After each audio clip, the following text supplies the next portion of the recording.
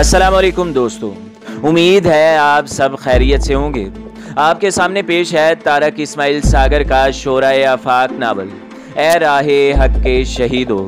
अगर आप हमारे चैनल पर नए हैं तो हमारे चैनल को ज़रूर सब्सक्राइब करें, वीडियो को लाइक करें और बेल के आइकॉन को भी दबा दें ताकि हर जो आने वाली वीडियो है वो आपको सबसे पहले मिलती रहे।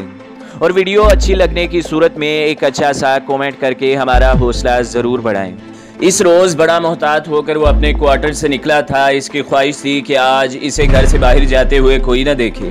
प्रमोद ने यही इसे समझाया था कि अब इसकी भारत में 3-4 दिन बाकी रह गए हैं, इसलिए वो मोहतात रहा करे। कॉलोनी का मेन गेट अबूर करते हुए इसे पक्का यकीन था कि इसे किसी ने नहीं देखा, लेकिन वो नहीं जानता था कि पिछले 5 रोज से इसकी मुसलसल निगरानी की जा रही है। ये इसकी बदकिस्मती थी कि इसने अपनी बीवी को एतमाद में लिया था। गुरविंद कौर ने उसी रोज शाम के बाद अपनी सहेली नीलमा को एतमाद में लेकर सारी बात बता दी थी। सीधी सादी संगनी को इस बात का इल्म नहीं था कि नीलमा का खामन रंजीत इंटेलिजेंस का मुखबर है। रॉ ने सफदर जंग के तमाम सरकारी दफातर में ऐसे मुखबरों का जाल बिछा रखा था जिन्हें अपने किसी भी साथी से मुतल्लिक कोई भी काम की खबर पहुंचाने पर इनामों कराम से नवाजा जाता था। कॉलोनी वालों को इस बात का इल्म नहीं था कि लखू राम की जड़ों में रंजीत सिंह ही बैठा था।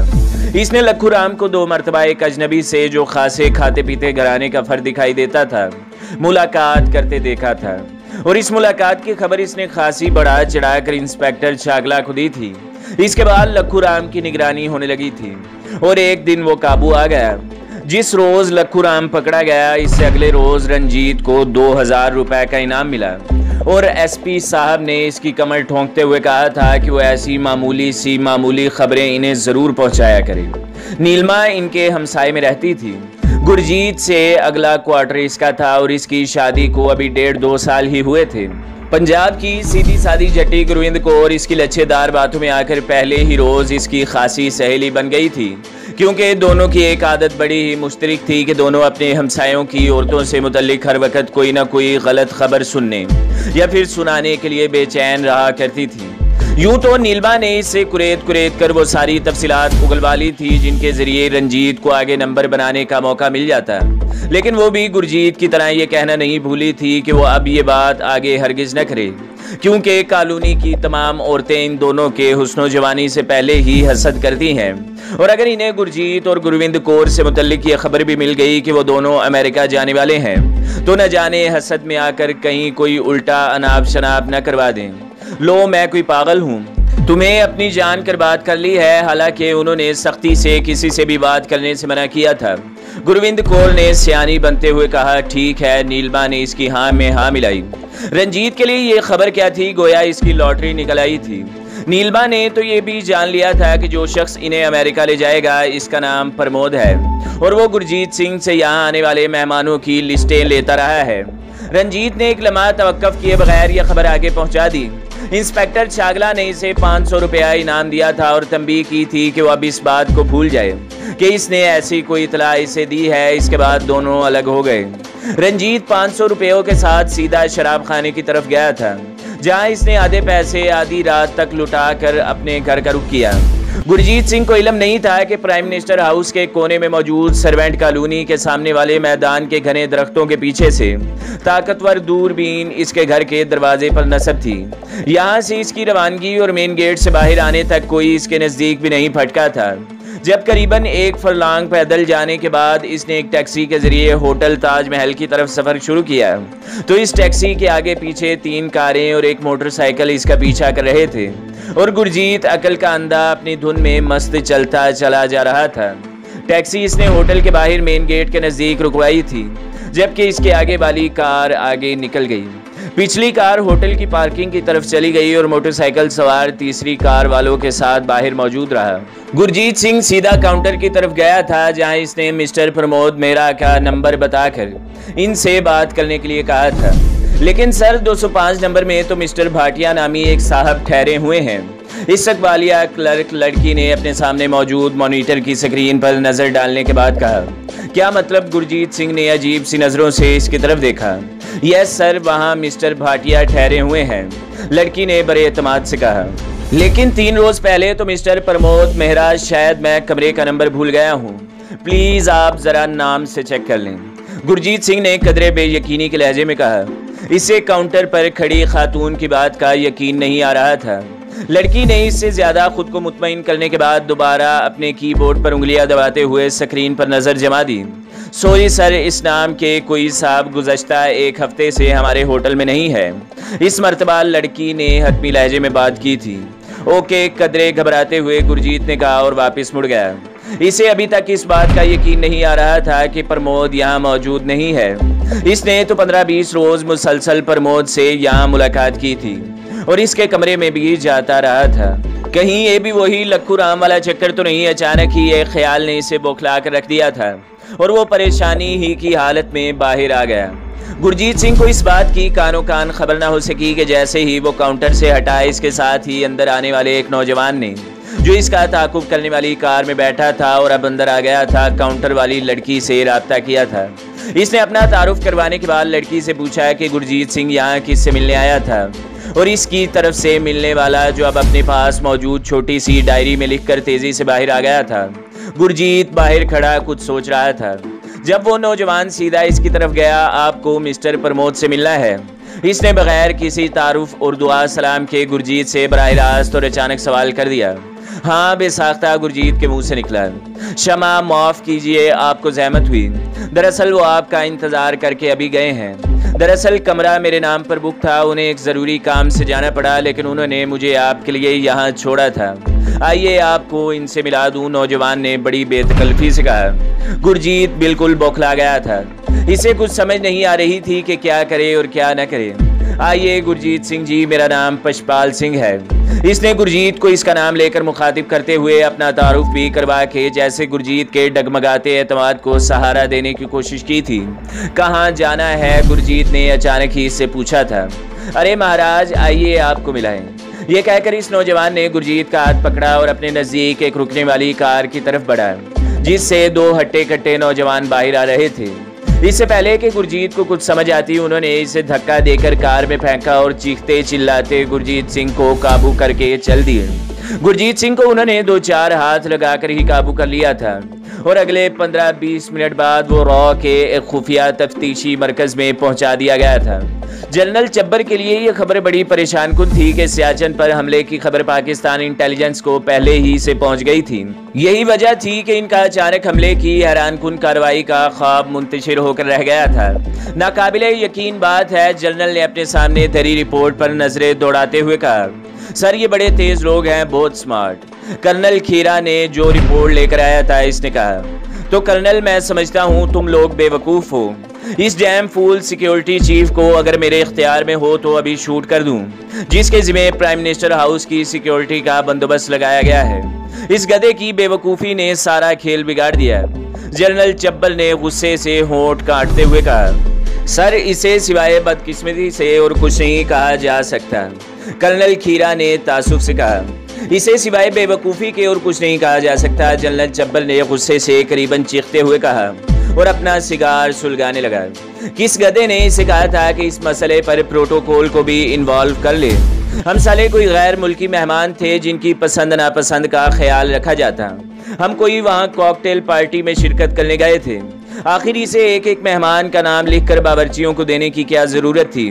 जनरल चब्बर का गुस्सा बढ़ता जा रहा था। कर्नल खीरा जान सकता था कि इस वक्त जनरल चब्बर के दिल पर क्या गुजर रही है। अपने डिवीजन का इंटेलिजेंस चीफ होने के नाते कर्नल खीरा के पास सबसे पहले ये इतलात पहुंच चुकी थी कि हैरत अंगेज तौर पर न सिर्फ पाकिस्तानियों ने इनकी पेशकदमी रोक दी है, बल्कि उन्होंने ब्लाफूनला, सियाला और ब्यांगला में बड़ी महफूज और मजबूत पोजीशन भी ले ली है। ये सब कैसे हो गया, इस बात की समझ जब इसके जर्नैलों को नहीं आ रही थी तो इसे किस तरह थी? मुझे तो शक है कि इन लोगों ने हमें नामुकम्मल इतलात दी थी।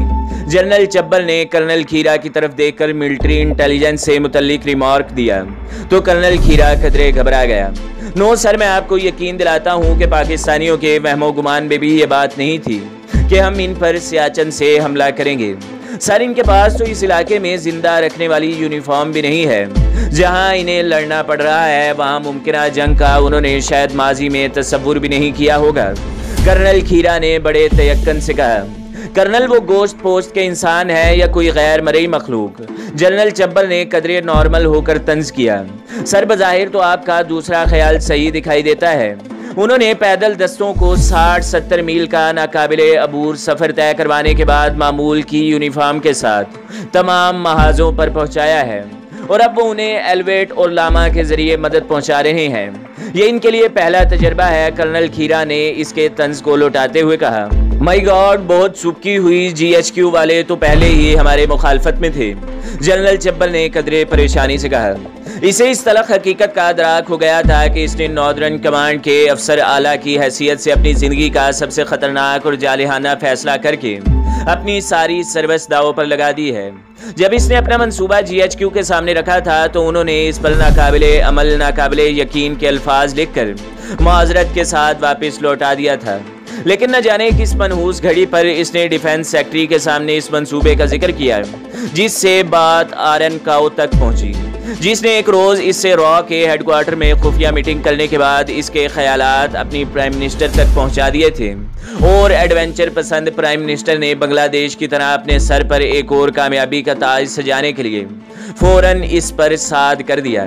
जनरल चब्बर जानता था कि चीफ ऑफ स्टाफ ने यह बात जरूर अपने दिल में रखी होगी कि इसने प्राइम मिनिस्टर की रजामंदी हासिल करने के बाद यह मंसूबा GHQ तक पहुंचाया था और यह फौजी डिसिप्लिन की खिलाफ वर्जी थी। बहरहाल इससे यह कुछ लाशऊरी तौर पर सरजद हो गया था।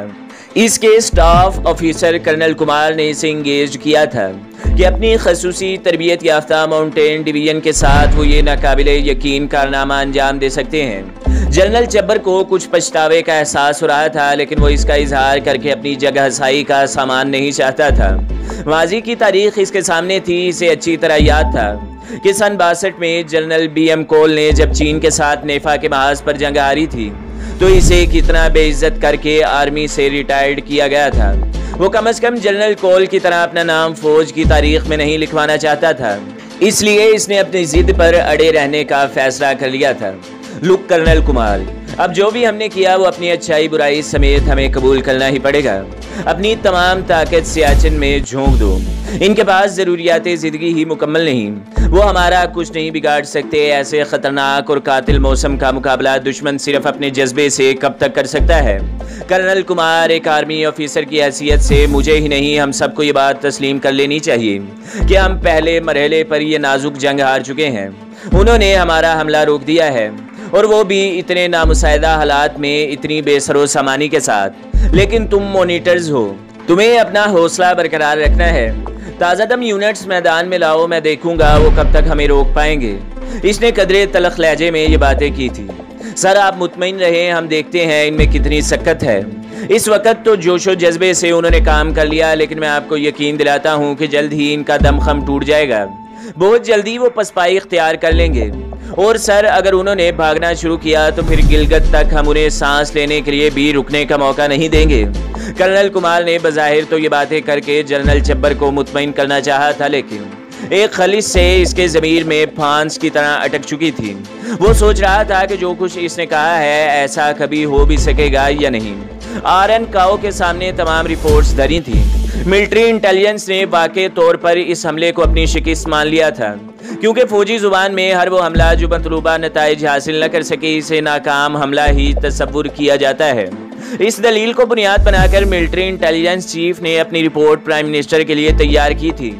लेकिन ये अलग बात कि प्राइम मिनिस्टर के लिए तैयार होने वाली हर इंटेलिजेंस समरी पहले रॉ के डायरेक्टर जनरल आरएन काओ की मेज पर ही पहुंचती थी, क्योंकि वो प्राइम मिनिस्टर का सिक्योरिटी एडवाइजर भी था। दूसरी रिपोर्ट नॉर्दर्न कमांड की तरफ से भेजी गई थी, जिसके मुताबिक उन्होंने पाकिस्तानी इलाके के अंदर इतनी मजबूत पोजीशनें कायम कर ली हैं और अपने हमले के मकासद भी काफ़ी हद तक हासिल कर लिए हैं। आरएन काओ ने मिलिट्री इंटेलिजेंस की रिपोर्ट की समरी अलग से इसके तमाम मनफी पॉइंट्स निकाल कर तैयार करवाई और नॉर्दर्न कमांड की रिपोर्ट को इसके साथ मरबूत करके एक नई फाइल के साथ प्राइम मिनिस्टर के पास पहुंच गया। प्राइम मिनिस्टर से इसके ताल्लुकात सरकारी से ज़्यादा ज़ाती नौइयत के थे। सन 71 में पाकिस्तान को दुलख्त करने का जो ताज भारतीय प्राइम मिनिस्टर ने अपने सर पर सजा रखा था, इस ताज को इनके सर पर रखने वाले हाथ इसी RN काओ के थे। काओ ने रॉ को भारतीय इंटेलिजेंस एजेंसी से ज्यादा प्राइम मिनिस्टर की जाती इंटेलिजेंस कंपनी बनाकर रख दिया था। इसने प्राइम मिनिस्टर की हर जायज नाजायज ख्वाहिश को हुक्म का दर्जा देकर इसकी अताअत की थी और इनकी अताअत में भारत की करीबन हर सियासी जमात को अपना दुश्मन बना लिया था। इसने बतौर खास कांग्रेस को बरसरे इक़्तिदार रखने के लिए रॉ में सियासी सेल कायम कर दिया था, जिसका मकसद सिर्फ प्राइम मिनिस्टर के मुखालिफ सियासतदानों की कमजोरियां पकड़कर उन्हें डराना, धमकाना और ब्लैकमेल करना था। अपने इन्हीं करतूतों की बिना पर इसने एक मर्तबा prime minister Mrs Indira Gandhi को राजपाट से छुटकारा भी दिला दिया था, अपनी भी छुट्टी करवा ली थी। लेकिन जैसे ही दोबारा मिसिज इंदिरा गांधी बरसरे इक़्तिदार आई, उन्होंने सबसे पहले अपने पुराने जानिसार को बुलाकर दोबारा रॉ की सरबराही और अपनी सिक्योरिटी एडवाइजर की गद्दी भी सौंप दी थी। भारतीय ब्यूरोक्रेसी के तमाम सतून RN काओ की पसंद नापसंद पर कायम रहते और मुनहदिम होते रहते थे। कोई भी अहम रिपोर्ट प्राइम मिनिस्टर की मेज तक काओ की नजरों से बचकर नहीं पहुंच सकती थी। वो ना सिर्फ प्राइम मिनिस्टर का सिक्योरिटी एडवाइजर था, बल्कि इनका बिजनेस पार्टनर भी रह चुका था। मिसिज इंदिरा गांधी ने अपने सामने धरी फाइल की मोटाई पर एक खुलचुली होती नजर डाली और इससे मुखातिब हुई। मिस्टर काओ, आप मोटे मोटे पॉइंट्स मुझे तैयार कर दें, मैं कहाँ इस पलंदे को पढ़ती फिरूंगी। मैडम प्राइम मिनिस्टर, मैंने आपकी गुनागो मसरूफियात का अंदाजा करते हुए ये काम पहले से कर रखा है। ये कहते हुए इसने दूसरी सी मुख्तसर फाइल जो अभी इसकी बगल में दबी हुई थी प्राइम मिनिस्टर को पेश कर दी। वेल डन मिस्टर काओ, प्राइम मिनिस्टर ने इसे तहसीन अमेज नजरों से देखते हुए इस बात में गर्दन हिलाई। थैंक यू मैडम, काओ ने मुस्कुराहट होंठों पर जमाते हुए कहा। इसकी मौजूदगी ही से मिसिज इंदिरा गांधी ने तमाम पॉइंट्स ना सिर्फ पढ़ लिए थे, बल्कि एक एक पॉइंट पर इसकी राय भी ले ली थी और करीबन 2 घंटे की इस तवील मीटिंग के बाद इसने भारतीय फौज के इस ऑपरेशन को कामयाब करार देकर जनरल चब्बर के लिए मुबारकबाद का पैगाम भी रवाना कर दिया था। पाकिस्तानी फौज के शेरदिल जवानों ने दुश्मन का इब्तदाई हमला पसपा करके एक मरतबा तो इसे घुटने टेकने पर मजबूर कर दिया था। लेकिन यह बात हर सीनियर ऑफिसर के इल्म में थी कि दुश्मन अपनी हजीमत पर चुप नहीं बैठेगा और अपनी रुसवाई का दाग धोने के लिए अपना सब कुछ मैदान जंग में झोंकने से गुरेज नहीं करेगा। भारतीय मुदाखलत के बाद गो के सियाचिन के हर काबिल जिक्र महाज पर जवानों ने दुश्मन के सामने मोर्चे कायम कर लिए थे। लेकिन अप्रैल सन 84 से नवंबर तक के 7 गर्म महीनों के लिए जवानों को हंगामी बुनियादों पर रिहाइश, असलहा, लिबास, राशन, केरोसिन ऑयल, तेल के चूल्हे और फाइबर ग्लास के उगलूस पहुंचाना नागजीर था, क्योंकि इसके बाद के 5 महीनों में तो इस इलाके में इंसानी नकलो हरकत ही करीबन नामुमकिन हो जाती थी। हालत ये थी कि यहाँ गर्मियों के मौसम में भी अगली पोस्टों पर हफ्ते में 3 रोज मुसलसल बर्फबारी होती रहती थी। हेलीकॉप्टर इस्तेमाल करने के लिए कम से कम सामने का मंजर साफ होने की हुज्जत ज़रूर पूरी करनी पड़ती है और यहाँ मुसलसल बर्फबारी की वजह से अमूमन मौसम हेलीकॉप्टर की परवाज़ के लिए मौजू नहीं रहता था, इसलिए इन पर ही इन्हसार मुमकिन नहीं था, ख़ास तौर पर मौसम सरमा में, जबकि अगली पोस्टों पर मुसलसल बर्फबारी होती रहती थी। हेलीकॉप्टरों का परवाज़ करना भी नामुमकिन हो जाता था। पाक आर्मी के पास पोमा और एलवेट 3 हेलीकॉप्टर इतने बड़े लॉजिस्टिक मसले का हल भी नहीं थे। एलवेट 3 तो 16,000 फीट की बुलंदी तक ज़्यादा से ज़्यादा 100 किलोग्राम वजन पहुंचा सकते थे, जबकि एक पोस्ट पर जलने वाले तेल के चूल्हों के लिए, जिन पर इस पोस्ट पर मुतय्यन जवानों की जिंदगी का इन्हसार था, हर दूसरे दिन 15 किलो वजन के एक जेरी कैन मिट्टी के तेल की ज़रूरत होती थी और हेलीकॉप्टर बमुश्किल ऐसे 6 जेरी कैन उठा सकता था। आसमान की बुलंदियों को छूती इन बर्फीली और नोकदार पहाड़ी चोटियों तक पहुंचना, वहां अपनी पोस्टें कायम करना, अपनी पोजीशनें मजबूत करना और फिर जिंदा रहने के लिए दुश्मन की जारहियत का मुकाबला करने के लिए जो सामाने हरबो ज़रब दरकार था, इसकी रसाई मुमकिन बनाना कार्य दराज था। एक बड़ा और मुश्किल चैलेंज जवानों के सामने आन खड़ा हुआ था। ज़राए आमदोरफ्त मजदूद होने से तो रही सही कसर भी पूरी हो जाती थी। पोस्टों के नज़दीक तरीन भी जो इंतजामी हेडक्वार्टर तमीर किए गए थे, वहाँ से पोस्ट तक एक जवान या पोर्टर अपनी खुराक के अलावा ज़्यादा से ज़्यादा 12 से 15 किलो वजन उठाकर मुसलसल 5 दिन बर्फ़ के इस जहन्नमे ज़ार पर सफ़र करने के बाद पोस्ट तक पहुँचा था, जहाँ से वापसी का सफ़र फिर 5 दिनों पर मुश्तमिल था। 10 रोज़ में एक जवान बमुश्किल 10 किलोग्राम वजन पोस्ट तक पहुँचा सकता था।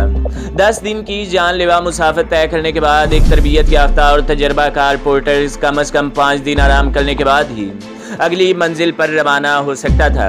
रगों में खून मुंजमद करने वाली सर्दी और ऑक्सीजन की कमी के साथ 16,000 फीट से ज्यादा बुलंदी पर सफर करने से कई पोर्टर इब्तदा ही में पेचीदा बीमारियों का शिकार होने लगे थे। आला कमान के अंदाजों के मुताबिक एक पोस्ट पर साल भर के करीबन 3,000 किलोग्राम वजनी राशन, एमुनेशन, मिट्टी का तेल और दूसरी जरूरियातें जिंदगी दरकार थी। दुश्मन ने पाक फौज को जंग से ज्यादा इंतजामी तौर पर खतरनाक चैलेंज दिया था, जिससे ओहदाबर होने के लिए जवानों ने अपनी जिंदगियां दांव पर लगा दी थी। आर्मी की तरबियत के सारे असूल एक तरफ रखकर रेगुलर फौज के जवानों ने महज अपनी कुव्वत ईमानी के बल पर मुहीरुल अकूल कारनामे सरंजाम दिए थे। शायद कुदरत इनकी जवां हिम्मती पर मेहरबान थी कि मुल्क ही में इनके लिए फाइबर ग्लास के उगलूस तैयार होने लगे, क्योंकि इन इलाकों में जिस्मो जान का रिश्ता बरकरार रखने के लिए उगलूस नागुज़ीर थे। लाहौर की एक फर्म ने 6 माह में 100 से जायद मुख्तलिफ साइज के ग्लेशियाई खैमे तैयार करके फौज के हवाले कर दिए और शेर दिल जवानों ने इन उगलूस को तवील बर्फीले जहन्नम पर अपने कंधों पर उठाकर पोस्टों तक पहुंचा दिया। वजन उठाकर सफर करना इस बर्फे जार में बड़ा जानलेवा अमल था। जवानों के कंधों से मुसलसल वजन बांधे रखने से खून बहने लगा था। जब वो पोस्टों तक मिट्टी के तेल की जैरी कैन और फाइबर ग्लास के खैमे पहुंचाते तो इन पर इनका जमा खून भी जमा हो जाता, लेकिन ये इस खून की गर्मी थी जिसने 2,000 फीट बुलंदी पर जमी बर्फ को पिघला दिया था। -50 डिग्री सेंटीग्रेड का इंसानी गुमान से मबरा हड्डियों का गोदा जमा देने वाली कहर आलूद सर्दी में अल्लाह के इन पुरस्कार बंदों ने मादरे वतन का दफा किया। उन्होंने नामुमकिन को मुमकिन कर दिखाया। इंसानी अज़्म इस्तक़लाल की तारीख जब भी लिखी जाएगी, इब्तदाई दिनों में अपनी जानें हथेली पर लेकर मादरे वतन का दिफा करने वाले इन गुमनाम जवानों और अफसरों को तारीख अपना खराजे तहसीन ज़रूर अदा करेगी, जिन्होंने अपना आज पाकिस्तान के कल के लिए कुर्बान कर दिया। सलामती हो इन माओं पर जिनके वो जने हैं, सलामती हो इन बहनों पर जिनके वो भाई हैं, और सलामती हो इन सुहागनों पर जिनका वो सुहाग हैं। 2 साल की कलील मुद्दत में पाकिस्तान आर्मी के इंजीनियर्स कोर ने भारतीयों को एक जबरदस्त ज़हनी धचका लगाया जब उन्होंने कछुए की चाल चलते हुए ब्लाफून, ग्यांग, चोलांग और कुद्दूस के बर्फजारों में फैले ग्लेशियर्स के दहानों तक सड़कें तामीर कर दी। इन सड़कों ने इंतजामी मामलात को कदरे आसान बना दिया। उन्हें अपने घटिया दुश्मन पर इंतजामी बरतरी हासिल हो गई। दूसरी तरफ दुश्मन जो अपने माउंटेन ब्रिगेड पर बड़ा मुतकब्बर होकर सरकारी सांड की तरह पाकिस्तानी सरहदों में घुसाया था, अपने ही खोदे हुए कुएं में फंस कर रह गया। भारतीय सुरमाओं को अपनी मरकजी इंतजामी हेडक्वार्टर जंग रोलमा से अगले मोर्चों तक रसद पहुंचाने के लिए सियाचिन ग्लेशियर पर से ही गुजर कर जाना पड़ता था। ये ग्लेशियर कोहे सल्तोरो के मुतवाजी वाक़े है और अब सूरत हाल ये हो गई है कि सियाला, ब्लाफून, चोमक और ग्यांगला में भारतीय फौजियों के रास्ते गैर महफूज हो गए। वो पाकिस्तानी दीदबानों की उकाबी नजरों के सामने रहने लगे, जहां से उन्होंने भारतीयों के लिए सामाने हरबो ज़रब ले जाना नामुमकिन बना दिया था। भारतीय इलाके से सड़क वादिये नवाबरा से शुरू होकर सियाचिन के दहाने पर आकर ख़त्म हो जाती है और यहाँ से आगे वो पाकिस्तानी तोपखाने की जद में आ जाते हैं। अब भारतीय 75 किलोमीटर का पैदल सफ़र तय करने के बाद ही अपनी पोस्टों तक पहुँच सकते हैं। ये सफ़र बड़ा जानलेवा होता है। भारतीय फौज का बड़ा हिस्सा इस सफ़र की भीड़ चढ़ चुका है। जनरल साहब के सामने इस वक्त 3 अहम अफसरान मौजूद थे। इस एरिया के कमांडिंग ऑफिसर ब्रिगेडियर साहब और फर्स्ट कमांडोज बटालियन के बटालियन कमांडर। जनरल साहब की नजरें ब्लाफूनला के इस तंग रास्ते पर जमी थी, जिनके मशरिक में करीबन 2000 फीट की बुलंदी पर उन्होंने एक पोस्ट कायम करने की प्लानिंग की थी। 2 दिन तक मुसलसल गौर खोज करने और मसरूफ़े जिहाद अफसरान से मुशावरत के बाद जनरल साहब इस नतीजे पर पहुंच चुके थे कि अगर वो ब्लाफूनला के जनूब मशरिक में 2000 फीट की बुलंदी पर चौकी कायम कर लें तो यहाँ से न सिर्फ सियाचिन ग्लेशियर्स पर नकलो हरकत करने वाले भारतीय फौज इनकी नजरों में आ जाएगी, बल्कि वो देखभाल की इस चौकी पर मौजूद दीदबान ओपी की मदद से भारतीयों पर तोपखाने का कारगर फायर भी गिरा सकते थे। 2000 फीट की बुलंदी पर यह ब्लाफूनला में बुलंद तरीन और तस्वीराती लिहाज से अहम तरीन पोस्ट होती है। इस पोस्ट को कायम करने की सआदत फर्स्ट कमांडो बटालियन की कायद कंपनी को सौंपी गई थी। भारतीय फौज से नबरत आजमा होते अब इन शेरदिल जवानों को 1.5 साल होने को आया था। अब उन्होंने दुश्मन के दांत देख लिए थे। दुश्मन को भी अंदाजा हो चला था कि इसने किस तारीखी जुर्म का इर्तिकाब कर लिया है। कायद कंपनी ने शाम ढले नारे तकबीर की गूंज और अल्लाह के हुजूर दुआओं के साथ अपने सफर का आगाज किया। मौसम की कहरनाकियों को अपने फौलादी सीनों पर झेलते दुश्मन के तकब्बुर और रऊनत को अपने पांव तले रोनते। फर्स्ट कमांडो बटालियन के ये जाबाज बिलाखिर ब्लाफूनला के जनूब मशरकी पहलू पर 20,000 फुट की बुलंदी पर अपने कदम जमाने में कामयाब हो गए। पाकिस्तानी पोस्ट के बिलमुकाबिल ब्लाफूनला के शुमाल मशरकी पहलू पर भारतीय फौज की जो पोस्ट मौजूद थी, इसकी ऊंचाई 19,000 फीट थी। इस तरह कायद पोस्ट को इस पर बर्तरी हासिल हो गई। कायद ओपी के बिल्कुल सामने मशरिक की जानिब सियाचिन ग्लेशियर के मगरबी किनारे के साथ साथ मौजूद पहाड़ी सिलसिले की 2 बुलंद चोटियों पर भारतीयों ने बड़ी जांफिशानी से अपनी ऑब्जर्वेशन पोस्ट प्रेम और इंडिया 3 पोस्टें कायम कर रखी थी। इन दोनों पोस्टों की ऊंचाई भी कायद पोस्ट से कम थी। अलबत्ता भारतीयों को अब दिन की रोशनी में अपनी पोस्टों से कायद पोस्ट दिखाई दे सकती थी।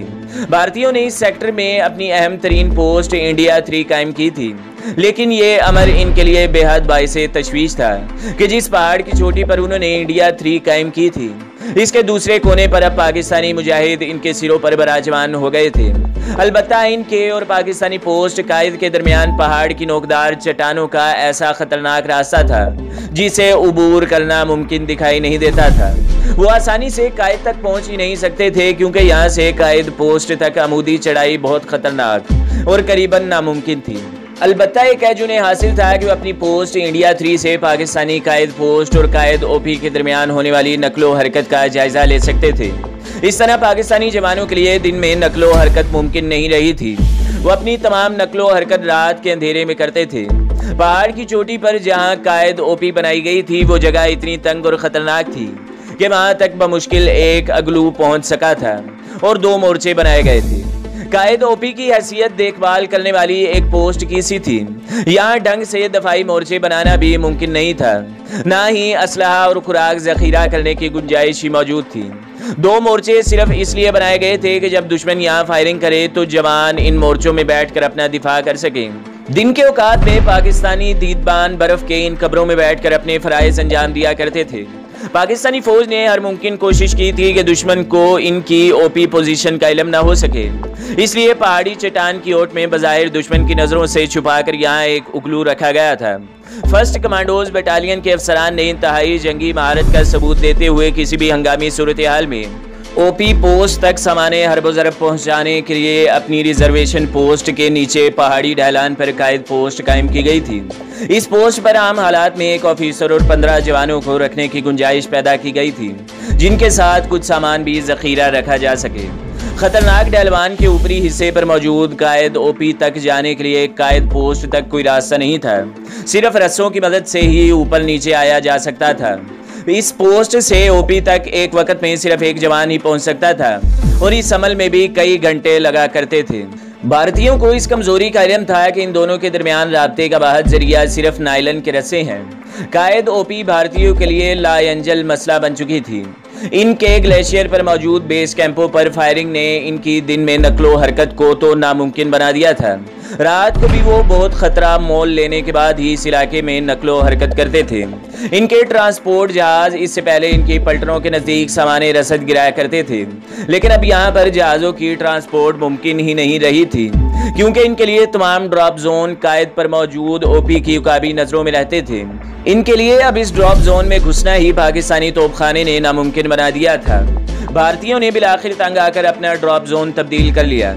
नए ड्रॉप जोन भारतीय पोस्टों से बहुत दूर थे, जहां से सामान उठाकर भारतीय पोस्टों तक पहुंचाना भारतीयों के लिए अज़ाबनाक मुशक्कत की हैसियत रखता था। यही सूरत हाल सियाला की थी। यहाँ भी भारतीय फौजियों के लिए राशन और एमुनेशन ले जाने वाले पोर्टर्स और फौजी कायद पर मौजूद ओपी की जद में रहते थे और इन पर इंतहाई कारगर फायर गिराया जा रहा था। भारतीयों के लिए परेशानी की बात यह भी थी कि अभी तक वो इस कायद ओपी का सुराग ही नहीं लगा सके थे, जहाँ से इनके सिरों पर क़यामत टूटा करती थी। इनकी अब हर मुमकिन कोशिश यही थी कि जैसे भी मुमकिन हो इस ओपी पोस्ट का सुराग लगाकर इसे तबाह किया जा सके। तो दोस्तों, अगली किस्त देखने के लिए हमारे चैनल को सब्सक्राइब करें, वीडियो को लाइक करें और बेल के आइकन को भी दबा दें, ताकि हर जो आने वाली वीडियो है वो आपको सबसे पहले मिलती रहे।